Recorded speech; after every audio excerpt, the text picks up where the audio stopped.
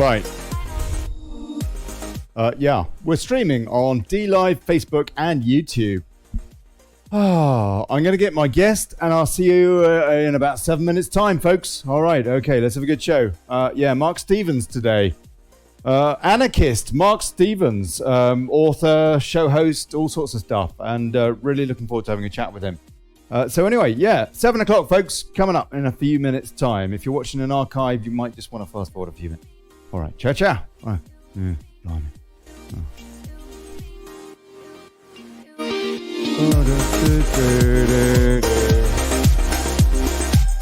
Right, where's my guest? Oh, blimey.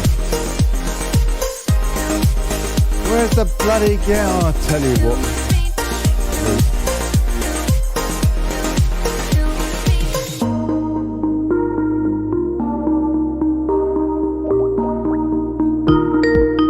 Oh! Hold on. Hold it. Oh, dear.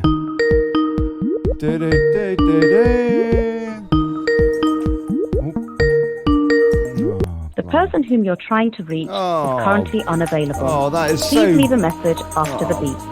Microsoft, eh? Oh, blimey. Oh, I'll tell you what, it's that bloody Bill Gates, isn't it? Hold on, I've got a message. Oh.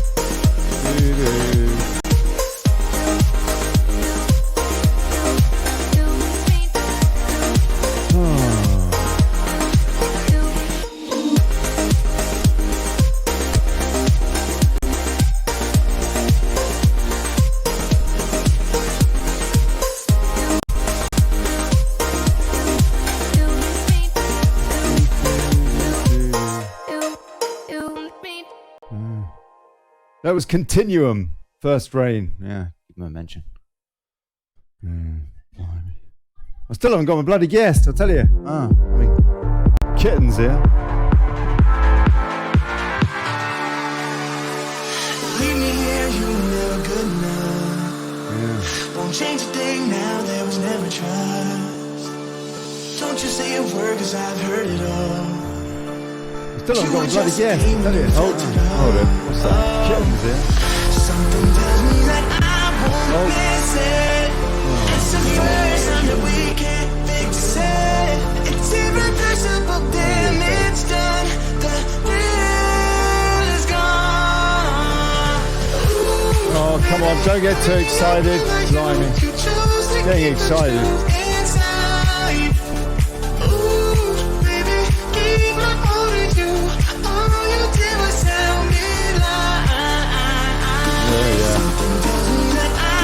Oh no, he's getting excited now. It's the first time that we can't fix it.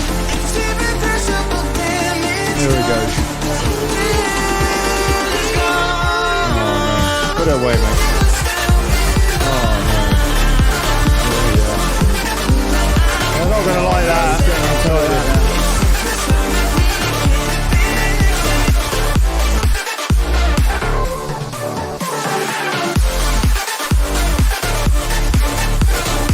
No, mate, they're not going to like that.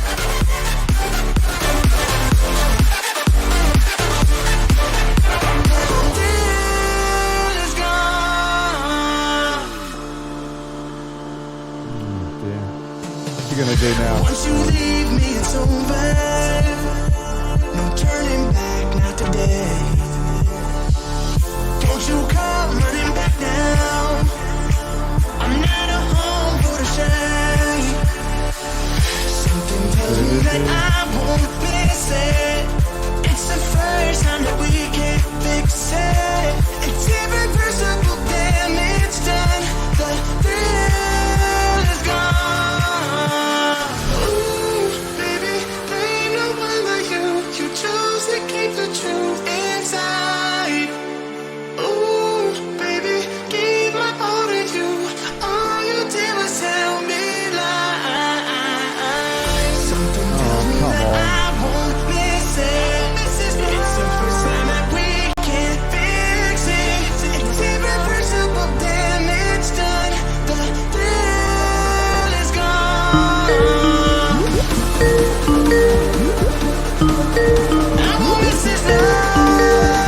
right, let's have another go. Come on, Mark. Come on, Mark. God bless you, mate. For goodness sake. Pick up the... Oh, my goodness. The person whom you're trying to reach is currently yeah. unavailable. Please leave a message after the beep.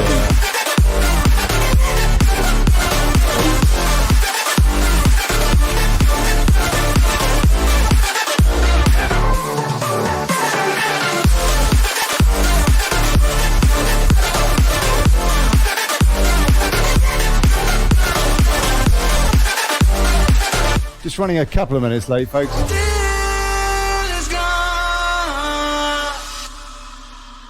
Oh, blimey. That was Coven. Thrill is gone or something. It was for me, anyway. So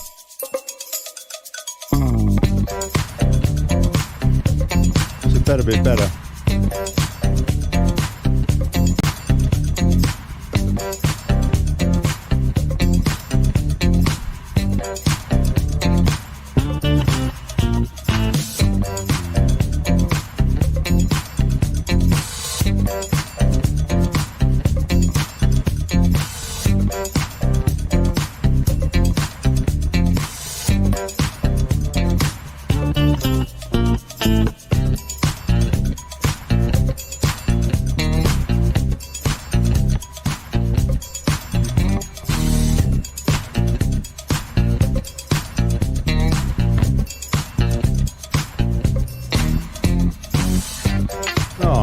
That's absolutely dreadful. What a lot of rubbish. Struth. Lord.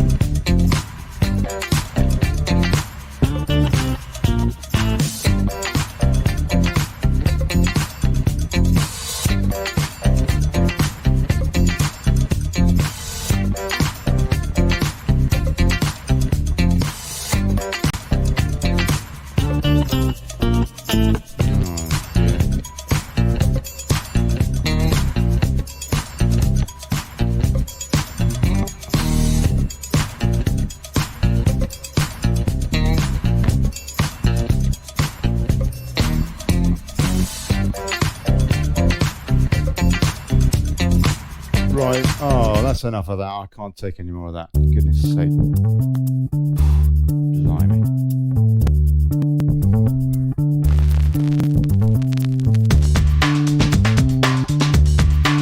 Evening all. Good evening, good people. Welcome to the Daily Chaos.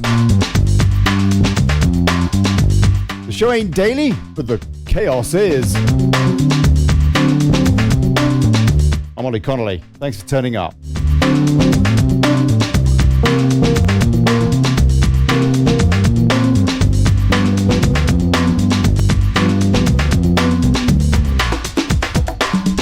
And now, I don't know where my guest is. Illogical. Geo and local politics is so plainly a charade. Where's the uproar? Anarchist, author, show host Marc Stevens laments the lack of critical thinking. I hope he does. I hope he's going to phone in.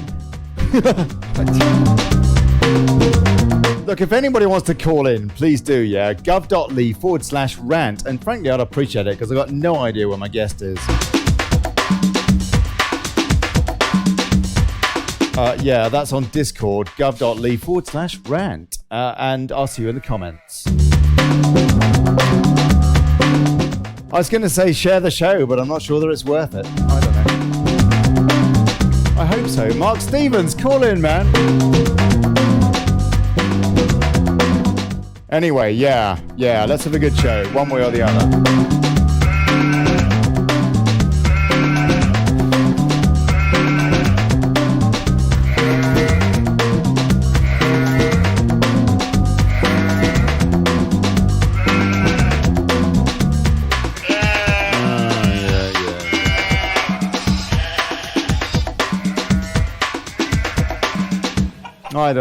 I don't know what to do about that, you know. I mean, this is my guest here, yeah, Marc Stevens. I think I might just, I don't know it's going to happen. Never mind. I'll tell you what. Let's have a look at the news. Let's go through some news and see what's going on in the world of fake stream. Today, front papers were just, distraction really. Johnson and Heathrow. Heathrow expansion. It could be important. Some people are saying it's great for Brexit. Tim Martin isn't he, for example? But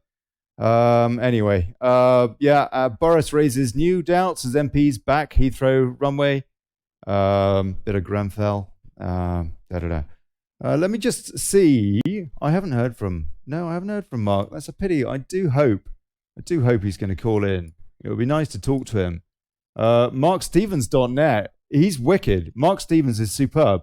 He's actually an anarchist, and he's written a few books, and he does a radio show, and he basically takes apart the deep state and the geopolitical political system that they have stateside and exposes it for what it is, really, and does it very eloquently. It would be terrific to compare notes with the guy. In the meantime, look, if you want to call in, please do. Let me make sure, actually, thinking about it, that you can even hear the show, because I have had a few audio problems over the course of the last week or so.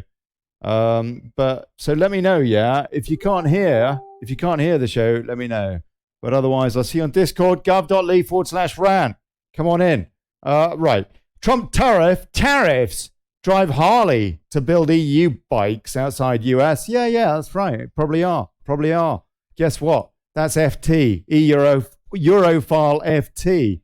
And BMW warns that UK plants will close if Brexit disrupts supply chain at border. Look, do you want to sell them or not? And if we were out on WTO rules, we could just set our tariff. We'll say, look, you know what? If you're going to sell us BMWs, we're going to put 100% tariff on it. And yeah, guess what? There'll be a BMW factory in the UK, aside from just for Mini. Yeah, there will be BMW factories in the UK if we did that. And actually, you know what? Chris Baxter, he was explaining this to me the other day a little bit, and I appreciate that. Because I'm a little bit backward when it comes to the whole tariff system, I have to say. I don't know, Daily Mail, whatever.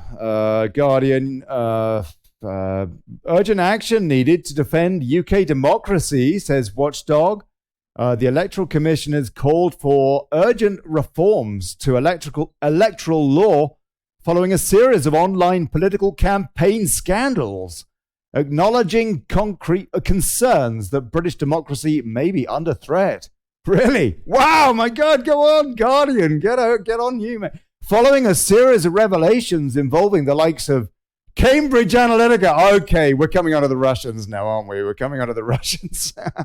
Oh, it's so predictable. The cry from MPs at key Heathrow vote. Where's Boris? Daily Star. It's not worth it. Daily Express. Exhausted doctors act like drunks. And Harry Kane. God bless him.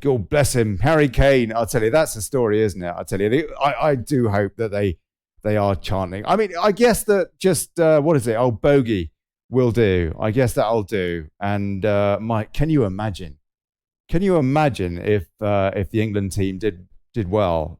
Bloody hell, I'll tell you. And that, I'll tell you, that would do a lot to get rid of the kind of the defeatism that we see. It really would. It would be an incredible thing. It would be absolutely amazing thing. Anyway, right. Daily Mirror, I don't know. Okay.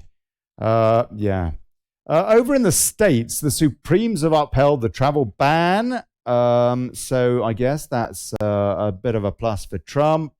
There's some hilarious video of Maxine Waters, who's kind of like the United States Diane Abbott, really, and being stalked by Laura Loomer in the Congress building or whatever. And I'm going to show you this video because it made me laugh. Here we go. See if this plays. Come on, Doc. Come on. Oh, God, we got an ad. Oh, dear. Yeah. Shoot for love in Russia. Chat soccer. Brilliant. Yeah, great. Okay, here we go. Hi, Congresswoman Waters. Hi, my name's Laura Loomer. I'm an investigative journalist. You just recently made some comments in which you encouraged Who are your you? supporters. Who are you, darling? My Who name are is you? Laura Loomer. I'm a Trump supporter, and I'm also a conservative journalist. Come to my office. I'll be happy to sit down with you. No, We can't I talk would like on to the ask line. you questions. Please don't push my camera out of my hand. You just encouraged your Please supporters. come to my office You just encouraged your and sit supporters down with me. to harass Trump supporters and officials. Please come to my office. I just I'll wanted be to ask happy you, sit where down are with conservatives allowed to go? you. Please come Are there to my separate? office and talk with me. Do we sit at the back of the bus? Bam. Come to my office and talk with me. Where can we We'll eat? be happy to talk with Where you. can a conservative Come eat to- at a restaurant in Please DC? come to my office and talk. I'm and be asking you civil. right now. Please come to my This office is and civil. talk with me. You're talking about civility. Do you think it's civil to call for the Please come harassment to of my Trump office officials? and sit down and No, talk I'm with asking me. you right now. Will you please Are come we to my supposed to office? sit at the back of the bus? Are we supposed to sit at the members back of only. the bus? This elevator is members Are we only. supposed to- Members elevator, are we ma'am. supposed It's a to sit members at the back of the elevator, bus? ma'am. It's a ma'am. It's a members elevator. Members have to vote. It's a members elevator. Members have to vote. Yeah, and I'm asking you It's a questions. members elevator. Members have to vote. When are you going to stop It's a inciting members violence? elevator. Members have to vote. When are you going to It's stop a members inciting violence? elevator. Members have to Congresswoman, vote. It's a members elevator. Members have to vote. It's a members elevator. Members have to vote. Where can I eat? It's a in members DC? elevator. Members have to vote. Where can I eat in DC? It's a members elevator. Members have to vote. The Trump supporters. It's a members elevator. Members have to vote. Members have to Separate vote. bathrooms? Wow. I'll tell you what, they really are a bunch of tits, aren't they? Yeah, Maxine Waters, who basically is encouraging a kind of incitement to hate people who she disagrees with, which is lovely. So anyway, getting exposed beautifully by Laura Loomer. Cool girl. Court upholds Trump travel ban, rejects discrimination claim. A sharply divided Supreme Court on Tuesday upheld President Donald Trump's ban on travel from several mostly Muslim countries, rejecting a challenge that it discriminated against Muslims or exceeded his authority. A dissenting justice said the outcome was a historic mistake. Nonetheless, there was a 5-4 decision, a big victory for Trump on an issue that is central to his presidency and the court's first substantive ruling on a Trump administration policy. The president quickly tweeted his reaction, "Wow! Wow! China! China!" So there you go. Okay. All right. Good day for a kick in the teeth for the deep state. Boris Johnson challenged over Brexit business expletive. Oh, God, I don't know what that is. Right. Okay. Let's see what else there is. I've not really trawled around too much, but seeing as nobody's on, Discord, I suppose, somebody's got to do something. Look, for God, get on here and give us a soundboard, yeah? Somebody pop on, please. But I don't mind. I don't mind droning on. Why not? Supreme Court upholds, so that's Breitbart London. Let's have a look, see what they do. Cheers' EU withdrawal bill. Oh, okay. Oh, yeah. No, this is a pretty big story. This is a pretty big story. Okay, let's see how Breitbart covers this. Probably just by saying the Queen has given assent to the EU withdrawal bill. Her Majesty the Queen has formally signed the highly contested European Union withdrawal bill into law, bringing Brexit one step closer. It was finally granted royal assent after hundreds of amendments, sabotage attempts in, get out of the way, in the House of Lords, and one Commons defeat. Lawyers for Britain said that Brexit is now enshrined in law. I think we need to debate this a bit, yeah. To cheers in the lower house, Tory Speaker John Bercow announced to MPs that the royal assent had been granted on Tuesday. And anyway, Bercow's a Labour MP, yeah? John Bercow, he's not Tory. Anyway, but he's the Speaker. He's neither. He's supposed to be neither. Yes, announced to MPs that the royal assent had been granted on Tuesday.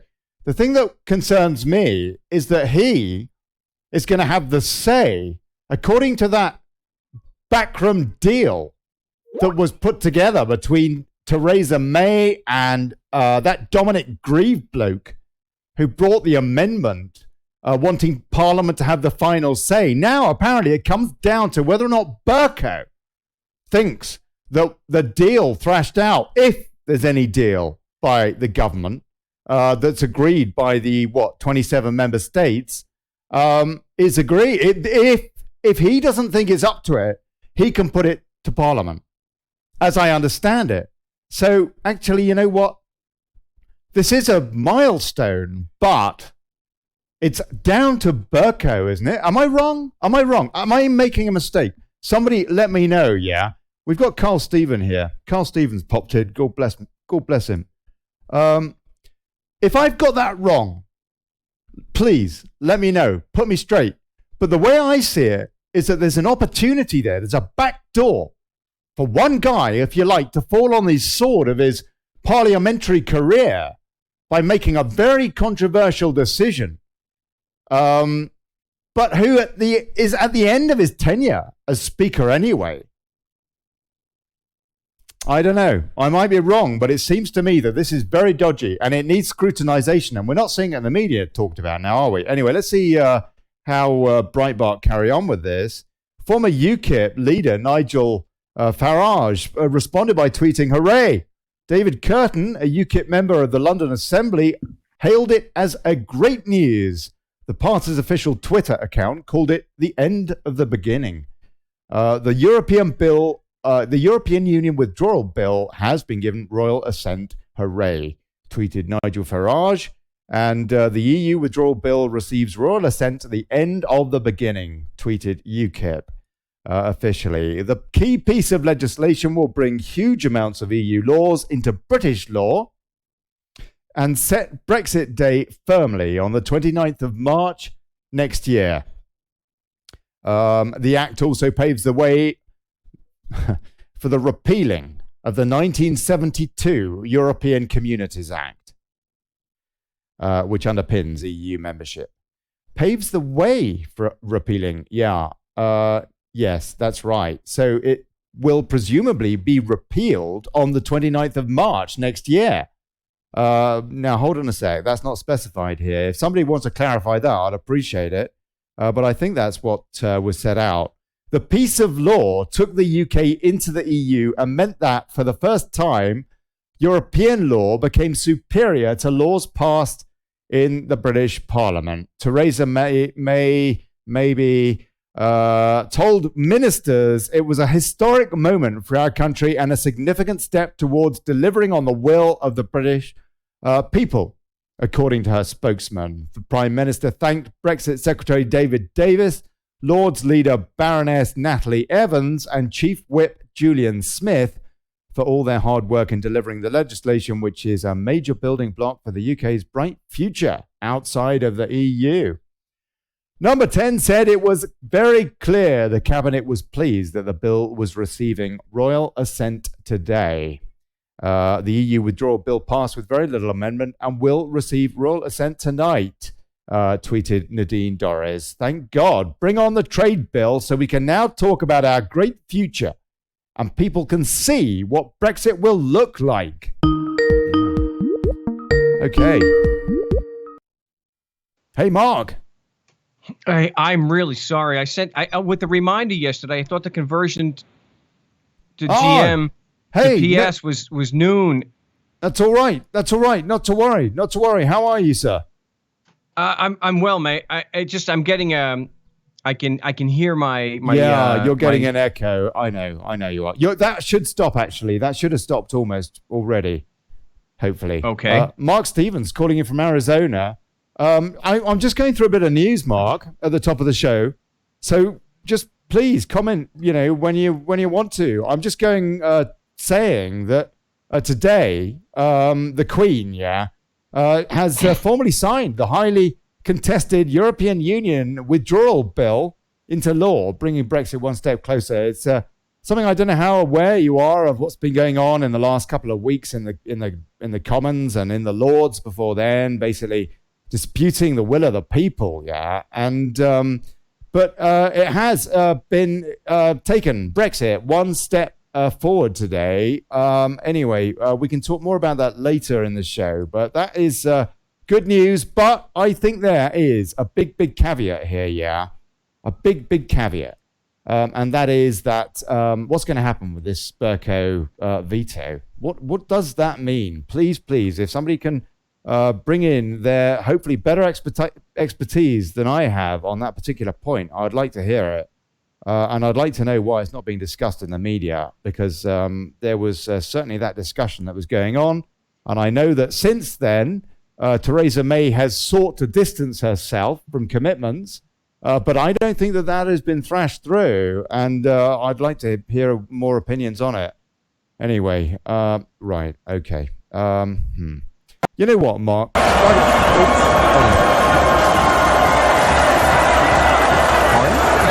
Oh dear. You know what, Mark? Hello? Mark, can you hear me? I can. Marc Stevens. So, right, okay. Well, look, tonight we were going to talk about, oh, blimey, illogicality, the lack of critical thinking. Now, Mark here is an anarchist and an author and a show host discussing politics and the insanity of what we see. And it is all so clear. I mean, for example, to use the analogy, this Brexit thing I was just talking about, how the democratic will of the British people, 17.4 million people, turned out 2 years and 2 days ago, 3 days ago. And then 3 days ago, we had a big old turnout on London streets. 100,000 people demonstrated saying that they didn't want Brexit. And the media give them so much oxygen, and the politicians give them so much oxygen and encourage it and fan the flames and do not want Brexit plainly. Despite this, the biggest vote in democratic British history, 17.4 million people turning out, and the 100,000 people that turned out, and actually probably it wasn't. It was probably, several tens possibly. I've heard maybe 30, 40,000 from somebody I'd trust the opinion from who walked through it. They are being given so much oxygen above and beyond the fact we were just celebrating a few days ago. The fact that 17.4 million people had stood up 2 years ago, and that they're trying to tuck it under the carpet. Where's the critical thinking when it comes to something like that?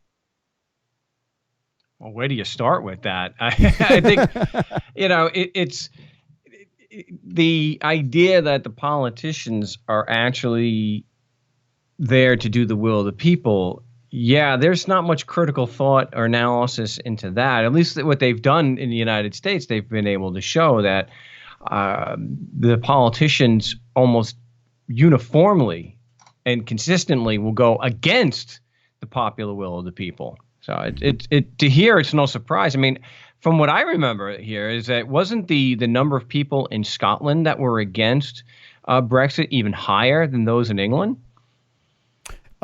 Yes, that's correct. Yeah, the majority of Scots would have preferred to have stayed in the EU by, I think, about 60-40, something like that. Maybe even slightly more than that. But having said that, though, Struth, let me refer back to my notes on these, because we've had two big referendums. The Scots have had two. They've had the Scottish referendum, whether or not to stay within the UK, and then they've had the EU referendum. And they were promised in the Scottish referendum that they would remain within the EU. And people are so brainwashed about the EU in general across the country that to them there is a big thing here for a lot of people. The conditioning is so deep, and there is this issue with the Scots and the English anyway. At least the Scots feel it more, or have done traditionally, and it kind of shows with the football support a lot of the time, for example. But then when we had the EU referendum, that was, I suppose, 18 months or so after the Scottish referendum. And I think there were all sorts of ramifications involved. I think that some of the call to remain was as much a protest about Westminster as it was about the EU. I think we saw that as well, in fairness, from the English. basically a complete breakdown of trust in the political system and really wanting to stick two fingers up. But for whatever amount there was of that, as opposed to, for example, people wanting their sovereignty, and that certainly is the reason that I voted to leave. There's no question also that a vast swathe of people across all four states of the United Kingdom wanted to, abstained. They didn't care enough to want to stay within the EU. So the numbers actually, even in Scotland, you could say there was not a majority that said they wanted to stay in the EU, that's for sure. But yeah, a lot of those are abstentions. But I thought I'd make that point because I think it's important. A lot of people say if you don't vote, you don't have a view. But I don't think it's as simple as that. Do you? You tell me. I used to really be a hardliner on that anarchists don't participate in the political process because you're only choosing a figurehead. And I got to tell you, with this recent vote in the United States that put Donald Trump in, the chaos, it almost seems as if the line of the establishment, the power behind the throne, it kind of has, at least on the surface, it seems to have thrown that right out the window. It almost looks pretty convincing that Donald Trump is actually doing, making policy changes that would not I guess what I'm saying is it doesn't matter who the figurehead is. You're going to have the same policies, but that doesn't seem to be happening right now. It seems to be that the policies that are coming out are so outlandish and so racist and just so illogical that you almost have to accept the proposition that Donald Trump is actually in control and that he's making policy that is, not in line with what the establishment would have wanted. Do you think that Trump? Do you think that this media line that Trump is, a terrible xenophobe is true? Well, I certainly think he's a narcissist, and I unfortunately got stuck yesterday having to. That's very, very different from what we're being told. Really, I mean, yeah, we're being told that too, but I mean, come on, he is. Yeah, he's a horrible example of a human being. He has, as far as I'm concerned, he is just a terrible person. He cheated on his wife. I mean, and humiliated his ex-wives. He's disgraceful. He is never not somebody I would ever want to have any contact with. I do see he is a pathological liar, which goes with narcissism. Is he a racist? I believe that he is, he has no real empathy for people who are not rich, which is kind of standard for it has been shown that the more money somebody has, the less empathy they tend to have. So it's not exclusive to someone like him. Is he a racist? I won't, I look at some of the policies that he's done and I can't help but think that supports that and how he thought that they were good people on both sides of the Charlotte matter, that they were good people on the white supremacist side, the neo-Nazi side. So that seems to support that. I don't think he's a Nazi like people claim. Did he? Sorry. What was that? What did he say? I don't believe he's actually I know some people say he's literally a Nazi. I don't buy into that. I think he's a terrible person, and he's definitely going and has a particular interest of enriching his family. Still, I mean that's pretty obvious with the China deal with his daughter. Yeah, I don't know what the truth is about that. I'll ask you about that. Okay, let me put it to you another way then. I would say narcissist would be a great word for him. Massively egotistical. Misogynistic, yeah, probably.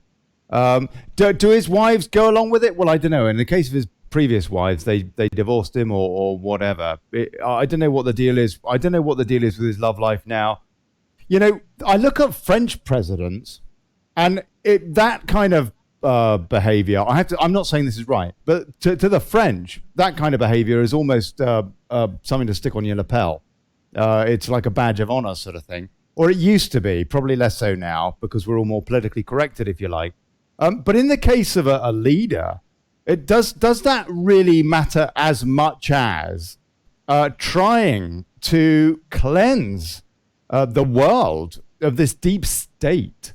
And I just wonder if he isn't doing that. It seems to me that he's creating a lot of waves, and isn't that a good thing? Irrespective of his personal life and his character flaws, which maybe are vast. I don't know. Well, if you are willing to humiliate and traumatize someone that you were married to and someone that, you know, that you supposedly cared about, then what is the limit on what you're willing to do to people that you have no contact with? Yeah. You know, so he, as far as the so-called deep state, I'm sure the CIA just loves him. And so he, you know, keeps promoting the military and bombing the Middle East. Well, because you'd say he's manipulable. Well, sure, he has ramped up. Every administration ramps up the drone strikes. So if we thought the Bush drone strikes were horrific, Obama made it look like, you know, kindergarten. And then under Trump, it has just continued. It's the same.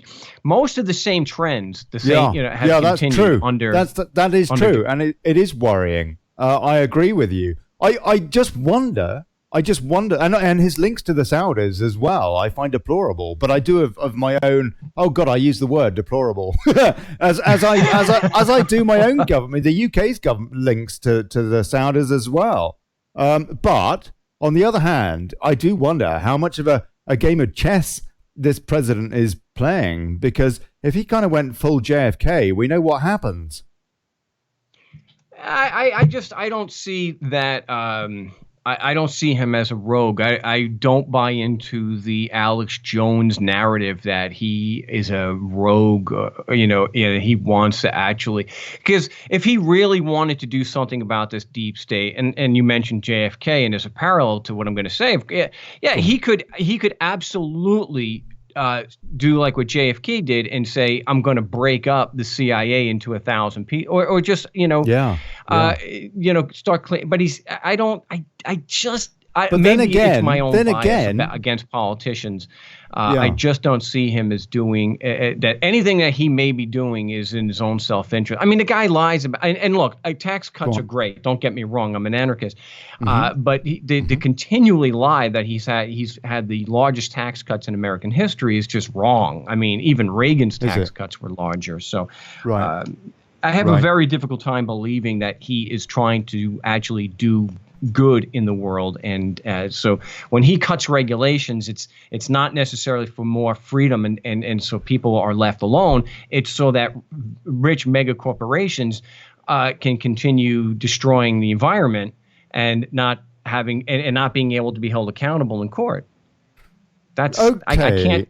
Let me give you two examples of what he's done. Well, I guess three, which are enormous. And just I'll get your take on this, and then we'll move on. Yeah, I know there's loads of other stuff to talk about as well. But I'm curious. One, he has single-handedly, pretty much, at least torpedoed multiple times this duopolistic political system in the US. GOP, Democrats. Absolutely, pretty, blimey, Struth, really give him some direct hits before even he was president in those primaries. Absolutely devastated both parties. And okay, that's How one. So? No, well, because he basically exposed them pretty much for what they are on both sides. I thought he exposed the infighting in the GOP and the fact that they just wanted another damn Bush on the ticket. The fact that it was all so what's the word? Just keep it in the family sort of thing, and the kind of the lines of control and so on and so forth. The families on the Democrat side, he did show Hillary Clinton up for being a crook. He actually said she's a crook and said she's got to go to jail. Now I know he hasn't got there yet. He's got another 6-7 years, so fingers crossed on that one. But he did show her up. People then paid attention to the Podesta emails and realized, my God, And now I'm not saying that this guy is absolutely, blimey. I am very hopeful. Yeah, I have to say, Mark. So please don't think I'm a Trump fanboy, because I'm not. More than anything, I got, just a lot of hope, and I'm not sure, really, to be honest. But he did create a lot of damage to the parliamentary that parliamentary process, which doesn't allow for independence. And he was pretty much an independent. I mean, he said years ago he'd run as a Republican. Now, point two, the second thing he did was he exposed the media for the load of crap that it is. The mainstream media. You are fake! And he so showed it up. And so hopefully more people are listening to shows like yours and mine now to listen to alternative and to hopefully gauge an opinion which is more balanced, by listening to a whole bunch more people. And so that's point two. He single-handedly, more than anybody else, exposed the mainstream media for the propagandist pap that it is. Not so much news as PR releases from from bloody Bilderberg group. And the third thing that he's done, I would say, just as a casual, you mentioned tax or whatever, North Korea. He's got Kim. Now, this year, for the first time in years, there's no anti-US parade in North Korea. That's the first thing, the first sign that summit was worthwhile as a summit, and that there is something off the back of it that we can say, yes, it's going in the right direction. Okay, those are three pretty big things now, Mark. Okay, well, there's a lot going on there as far as the media. Yeah, if you look at what Trump does, he yells fake news at everything that is negative about him, no matter what the facts are. So him doing that, I mean, the bias in the media has been shown many, many times. Donald Trump is not the first politician. He's just maybe the most extreme, but he certainly is not the only politician or the first politician to point out the bias in the news. It came out 30, 40 years ago about Operation Mockingbird, where the CIA, the true deep state, was actually infiltrating American and foreign media. So, if you look at the facts, he just yells fake news, not because he believes that there's necessarily a provable bias in the media across the board.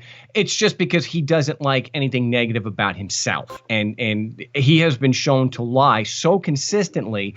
And you could just yell fake news. I mean, and a lot of politicians talk about cleaning up holiday. For 100 or more years, 200 years, the reformers, and saying that maybe they weren't using the phrase "drain the swamp," but they didn't have the necessarily. They were saying the same basic thing, and maybe what Trump may have done better. Not that it was different, but what he did was better, was that he had such massive media coverage as opposed to other people that were bring things like that up. I mean, it's gone on for years. It's not new for politicians to call out other politicians. It's just he was just so brash and and so profoundly unprofessional. I mean, just yesterday, not that I have any respect for heads of state, so-called, but I mean, seriously, a president of the United States getting on and complaining about what the late night talk show hosts are doing. I mean, the guy is such but he a massive. Needs to. He does it. Okay, yes. There's narcissism and ego in here as well, but he needs to, because it is so important for leaders to explain that this is propaganda. I mean, we so need to hear that, don't we?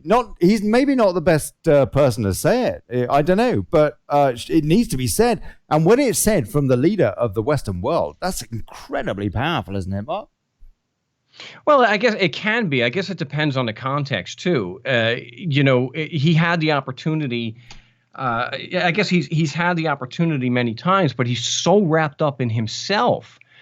It's just everything he says just comes off as trying to defend his own criminal actions, his own lies, that you kind of lose the message.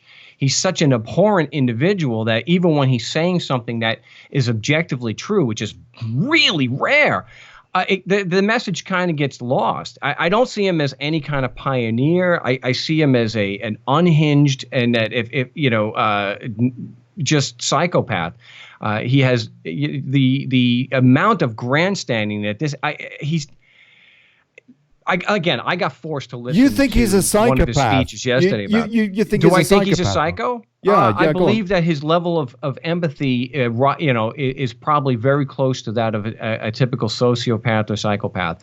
The idea that you can drop. How would you? bombs, Okay, out of interest, how would you? Where would you put Hillary Clinton on that meter? Just out of interest. Or I'm sure Barack Hillary's Obama. at least as bad. I think most politicians at that level. Yeah. You don't What get about to that what level about Ron if you have Paul? empathy. What about say Ron Paul? I know. So now I'm asking the anarchist what he thinks of these different figures in politics, these different from the spectrum. What about Ron Paul? Oh, Ron Paul, I believe, is a decent man, and he has always been anti-war. He has not supported these wars. He has spoken outwardly about this stuff. In fact, he has. If you compare someone like him to Donald Trump, he has been saying a lot of the same things. The difference is, Ron Paul is not a malignant narcissist. He's not saying, he's actually believing in the principle, and he's not saying these things to deflect attention away from his own disgraceful behavior. So he is as anti-war as you can get and still be a congressman. What about a character like Bernie Sanders? Good question, Charlotte. Bernie Sanders, I believe Bernie Sanders is pretty anti-war. I would say if I had to have, and I didn't vote, if I had to have voted, I thought that he was a much better candidate than Hillary. Really? I believe that if as long as we have, until we have a free, He backed voluntary Hillary, society, didn't he? He backed Hillary. How can he be a good bloke if he backed Hillary? well, Unless he was that I don't lent on. agree He with. got a black eye. I don't see him He as got a black being eye during the psychopath like primaries. Hillary. Sorry, go on, Mark. Go on. I don't see him as being a war hawk and psychopath like Hillary. Yeah, no, I don't. I nor think do I. he's better. He's far lower on the spectrum than someone like Trump or Hillary. I think Hillary and Trump are two sides of the same coin. Is It's there just not Hillary, a possibility? Is there not just a possibility that Trump could be, massive narcissist, all that, but just actually not be a psychopath? Just kind of sure, he was, got inherited a lot of money and somehow turned it around, and I don't know how much of that's dodgy. I have no idea. But isn't there just a possibility that he might not be, as George Carlin said, in the club? Well, he certainly is in the club. He's mentioned it himself. He has mentioned shamelessly as a way of trying to put down politicians, how he's bought off politicians. There are many videos of him talking about how he has bought and paid for politicians and how easy it is. He was using that as a way that he's an outsider, so-called, and that he knows about the swamp. He knows how the swamp operates, and he's going to drain it. So now I believe that he's interested in one thing. I mean, if he was a law and order guy, then Kellyanne Conway would have been arrested and charged with violating the laws because she was promoting his daughter's clothing line. That is against the law as a sitting member of the Trump administration to do that. So he's not interested in law and order for rich white people and people in his family. He's only interested in law and order against people that are not like him. Yeah. Okay. I mean, okay. So how would you administer the United States as an anarchist? You get rid of government entirely, and what? I mean, but I understand the principles that you come from is one of really common sense, no. But actually, how could that work now in a place like the United States, which is so torn? Well, I think I don't believe it would be possible or even something we would want to do is to go from statism and heavy duty indoctrinate, what we have now, to where you have a society completely dominated by a ruling class. I think it's something that has to gradually happen. I think that when you start taking into consideration services, and you have something like nuclear facilities and things like that, you can't just have people walk away from something like that. That needs to be taken care of. So I envision something like where cities and states would start going and being with the compulsory nature of the payment can start to go away, and those services and products can be done. And look, there are things that are going to have to be commonly done. You don't need a government to do it, but they need to be commonly done. And some services fall into that category. And I think that a principle of mutualism, where you, instead of getting rid of the taxing districts that we have now in the system, you don't get rid of them, you just get rid of the compulsory nature of them, so that the people can continue paying for the services. They're just not going to lose their houses and go to prison if the ones that don't pay. And I think that would gradually go to where the United States would become voluntary also. Those services, again, some of those services are very necessary. We want them. We just don't want to go to jail or be killed in order to pay for them. So that's why I see a gradual shift to mutualism, or let's say, I don't know how much time we have, but something, it would have to be a gradual thing. And they're doing something like that in New Hampshire with the Free State Project. Mark, I'd be very interested to explore that. No, seriously. I mean, so mutualism involves what kind of level of government? I mean, you've got to have some, haven't you? You've got to have some kind of infrastructure for national services, for example, no? Well, I believe you have to have, you have to, the organizations that are doing that, and I believe that those are those, at least some of them have to be commonly owned and administered. I just don't think we need to do a compulsory payment for that. And so if you look at just at a local level, if you were to keep the same services, get water, sanitation, electricity, stuff like that. And all you did was take out the element of the compulsory charge, then it would be run basically like an HOA, a homeowners association, or private neighborhoods, where you don't have a prison system that is supporting the services that the people pay. And because we want the services, we just don't. I don't think if you gave people the options, look, if you had the same services but with more accountability and there was no compulsory payment, would you prefer that than to what we have now? And then what would happen is the people administering and taking care of those services, they're employees. They're not going to be seen, and they're not going to have any practical power as like they do now, because we have a ruling class. So we want to replace the ruling class with just people administering and providing the services. Okay, so you're that kind of has slight undertones of communism, doesn't it? But I think that's misreading it. No, and actually, really, what you're just talking about is, though, nonetheless, a nationalization of all services. Yeah. Well, I don't. Communism is the wrong way to phrase that, because communism I think is violent. Please correct me. Go on. Yeah, communism is a violent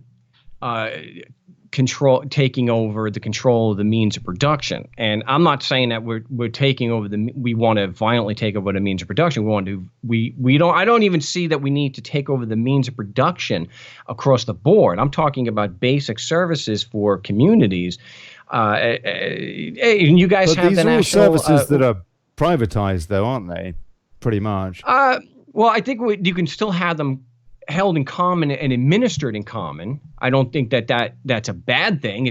We're taking the compulsory nature away, and so and they're not a ruling class. So if someone wants to say that sounds a bit like socialism, it's voluntary, so I'm not really opposed to that.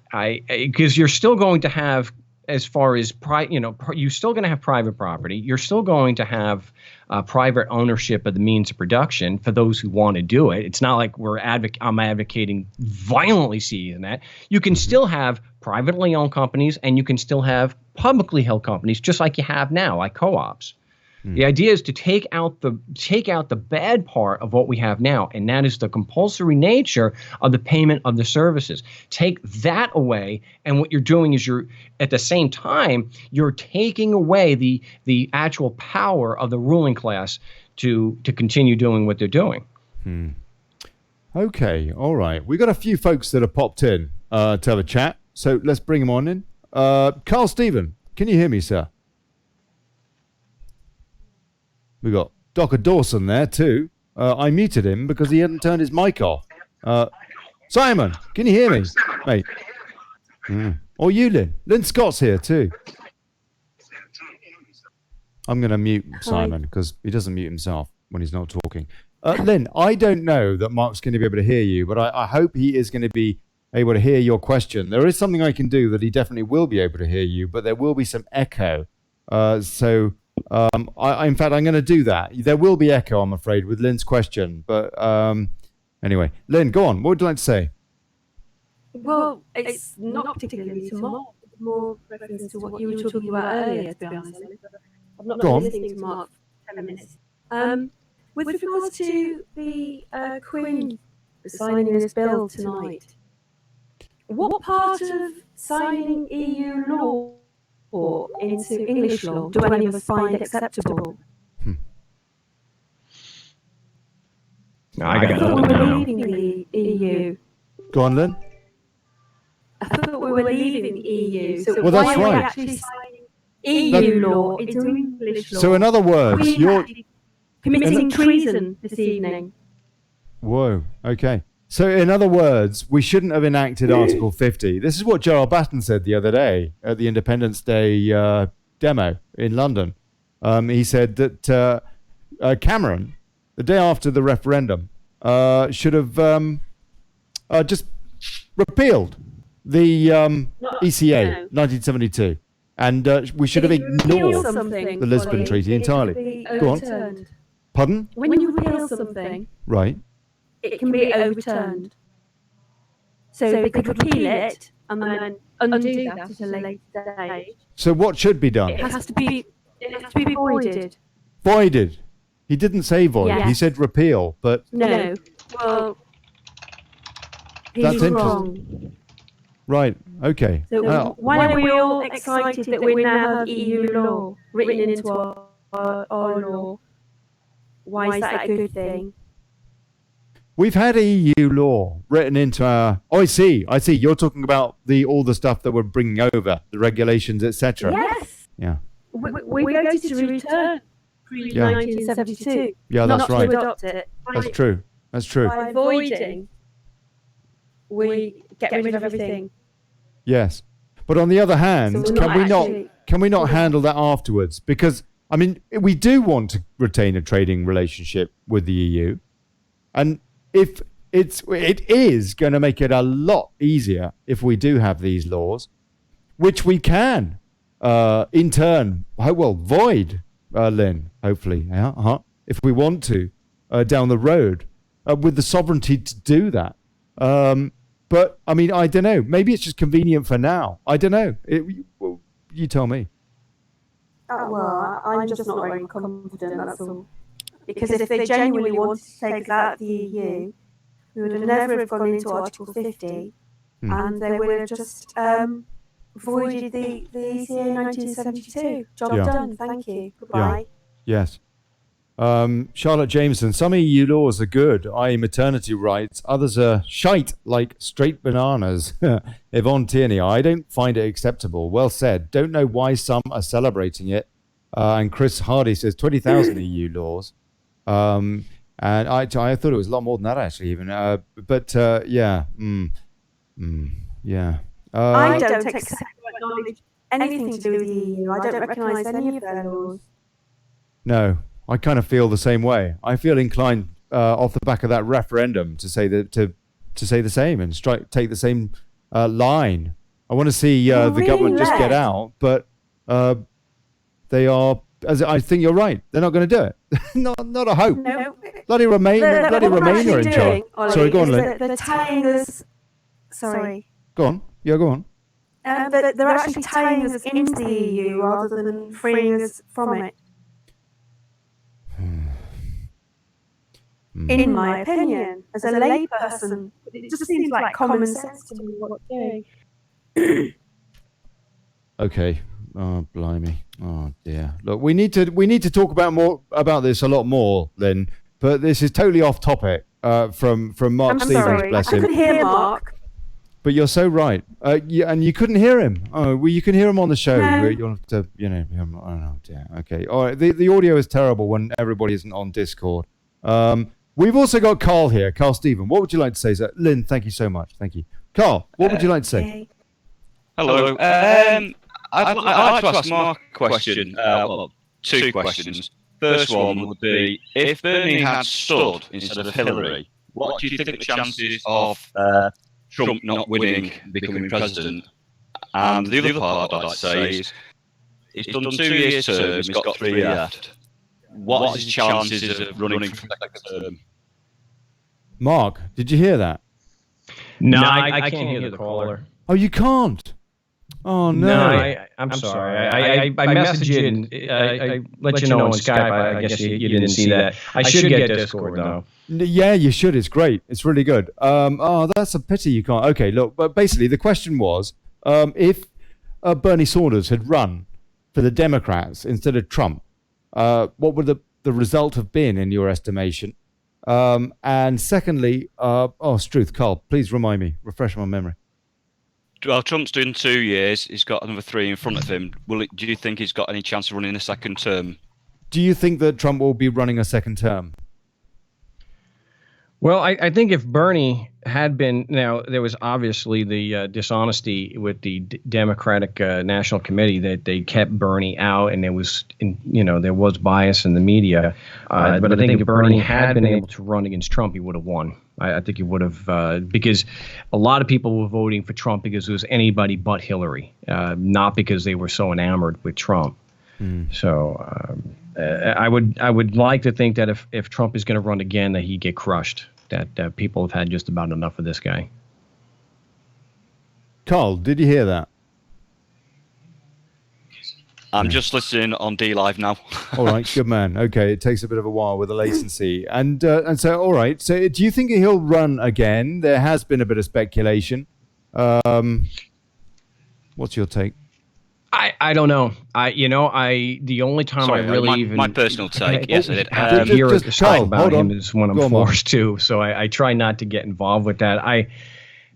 I spend more of the time helping people in court and helping to educate people about why we that we do have a ruling class and that what we can do to get rid of them, because a lot of the problems that we're facing obviously are government created problems, and so I'd rather look at a non-government solution. But hopefully, I would like to think that.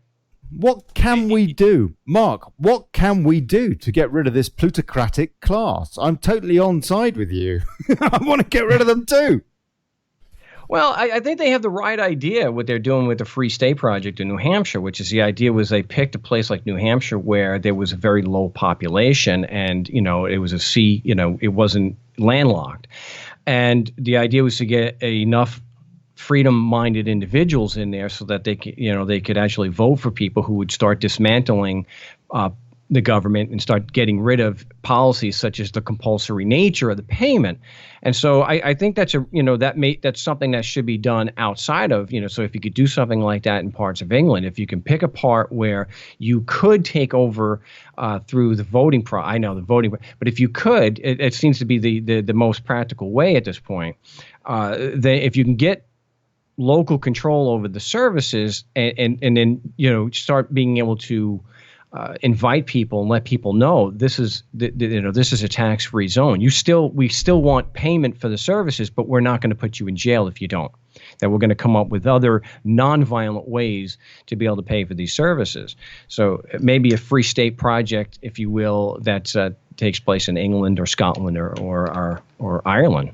Do you see any of these kind of projects anywhere? Because, for example, there are 1 or 2 projects, as I understand it, with this system of giving people a state wage, for example, that are going on around the planet.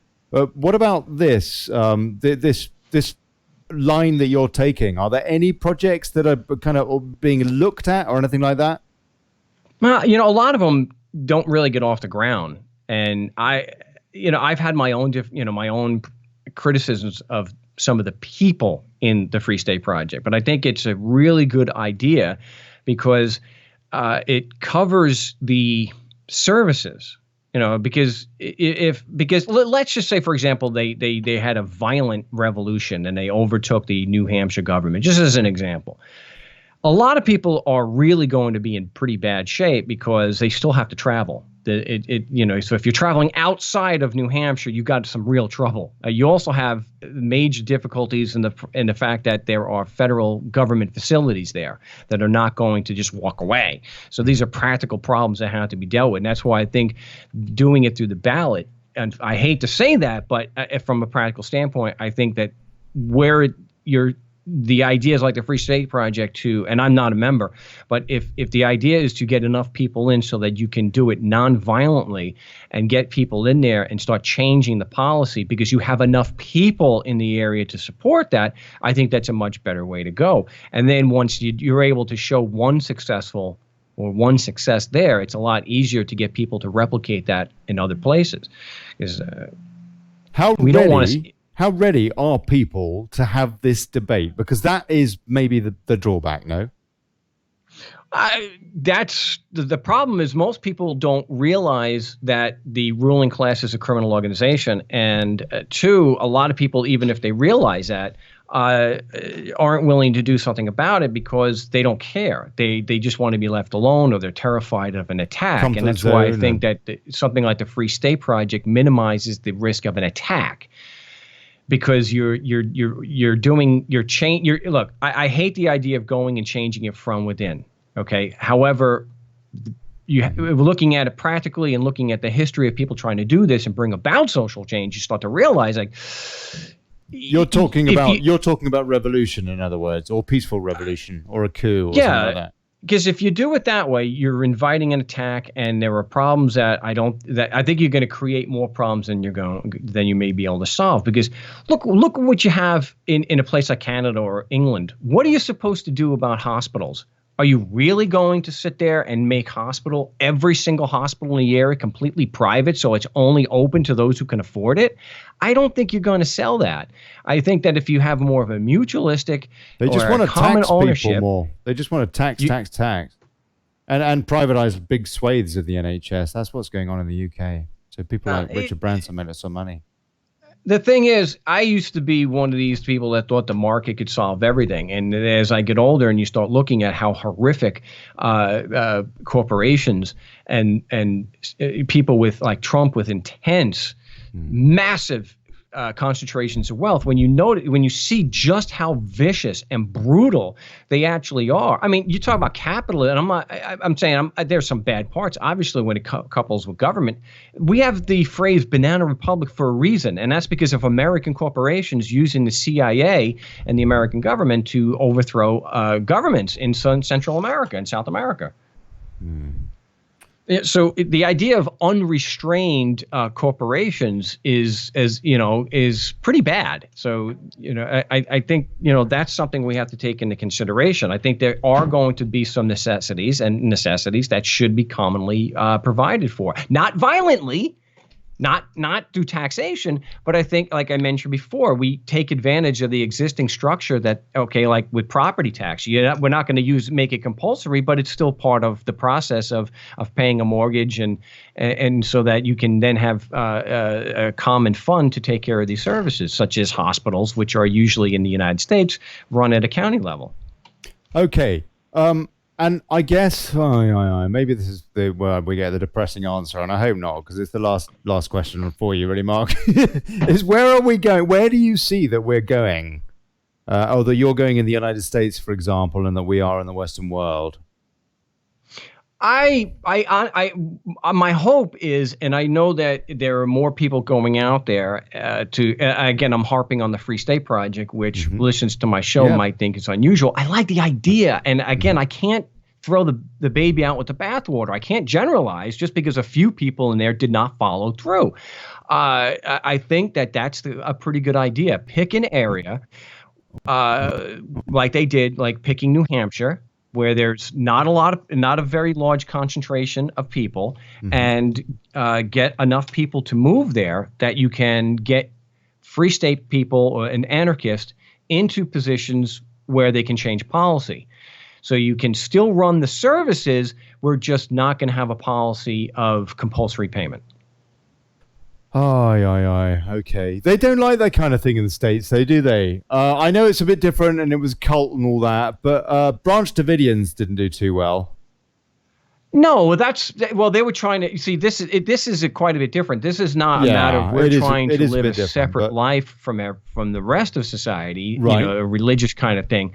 This is, we want these services. We know everybody does. We rely on them. We just don't want a ruling class to administer them. We don't want to have the compulsory nature of it. And I think that once something like New Hampshire is taken over and the services are being provided on a voluntary basis, I mean, so-called statewide, then that's a blueprint for success that other people can start doing it. And that's the way I see it going. So New Hampshire will then become New Hampshire and Maine and Massachusetts, and it'll just start spreading. So that you can start gradually dismantling the federal system as you are, as you get rid of the ruling class, that the money is still collected on a nonviolent basis to provide for those necessary services.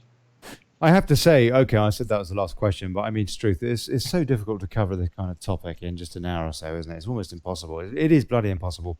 So I mean, I really like the idea. I think a lot of people do. The idea of keeping politics local, where you can keep it more accountable.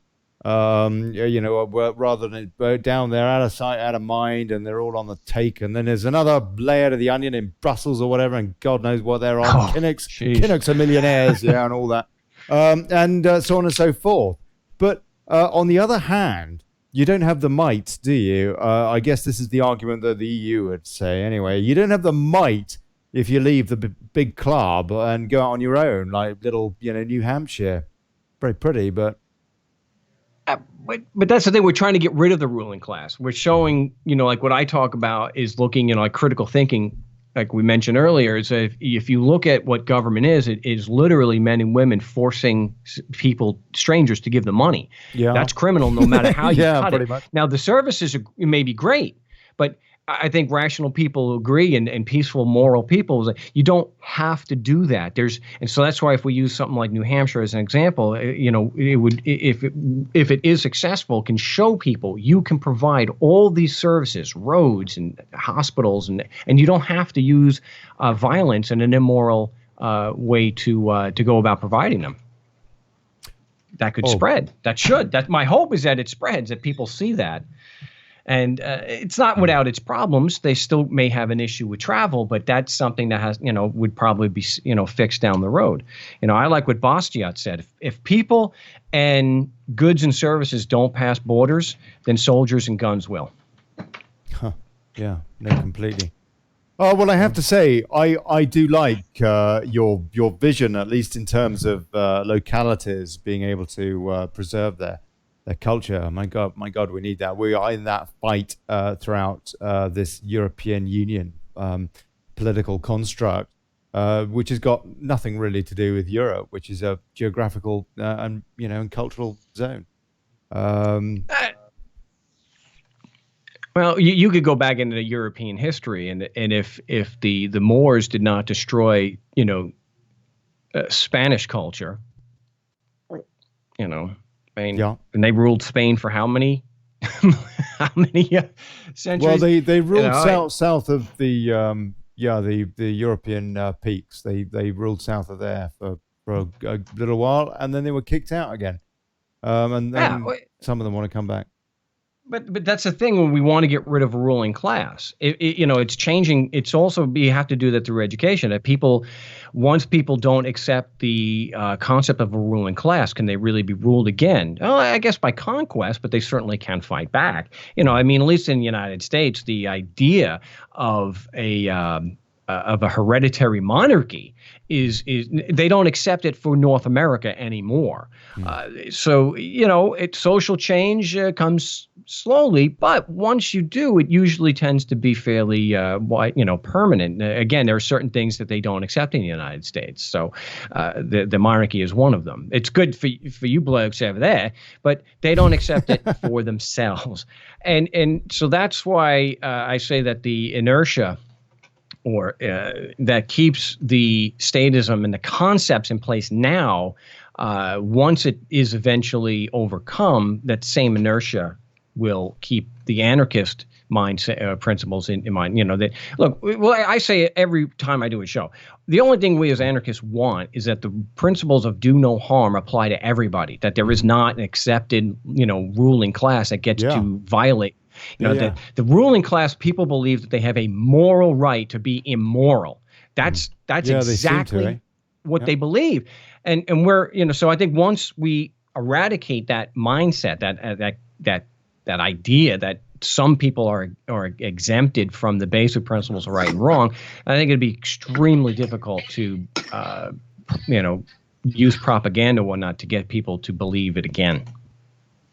Marc Stevens, thank you very much indeed, sir.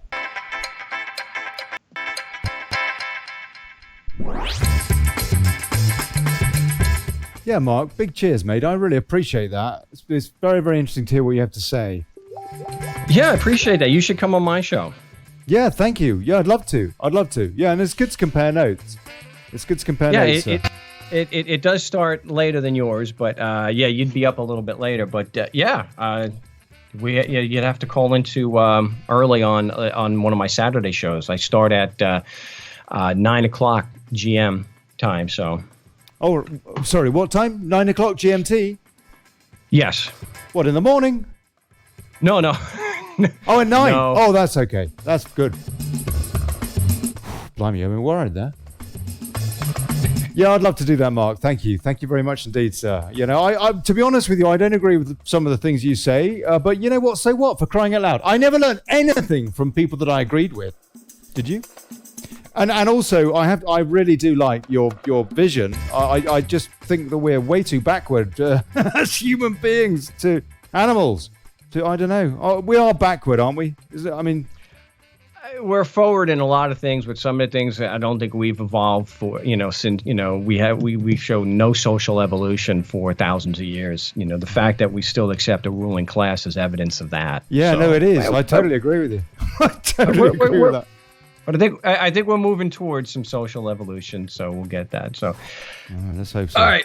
Thank you very much indeed. Thank you. And thank you for calling in Carl Stephen, Simon Dawson, who kept his bloody microphone open, so I muted him because he was so bloody noisy. Lynn Scott, thank you, Lynn. God bless you. Oh, yeah. You understand? Thanks again. Thank you, Mark. Thank you. You've been checking out Daily Chaos. I'm Olly Connelly. Back tomorrow at 7. Dave Hunter tomorrow. Dave Hunter. I think now is he a bailiff buster or a pedo buster? It's one of the two. I can't remember. He wants to be anonymous. I'm going to have him on a disguised voice. I don't know how I'm going to do that yet. Finally, I just want to shout out to PJ Tansley, from Axiom Curb. PJ, God bless you, man. Twins today. He got twins, twins. He's a dad now. He did the studio production the other day for all the London Lives. Big cheers, PJ. God bless you, man. Anyway, that's it. See you tomorrow. All right, ciao. Yeah. Blimey.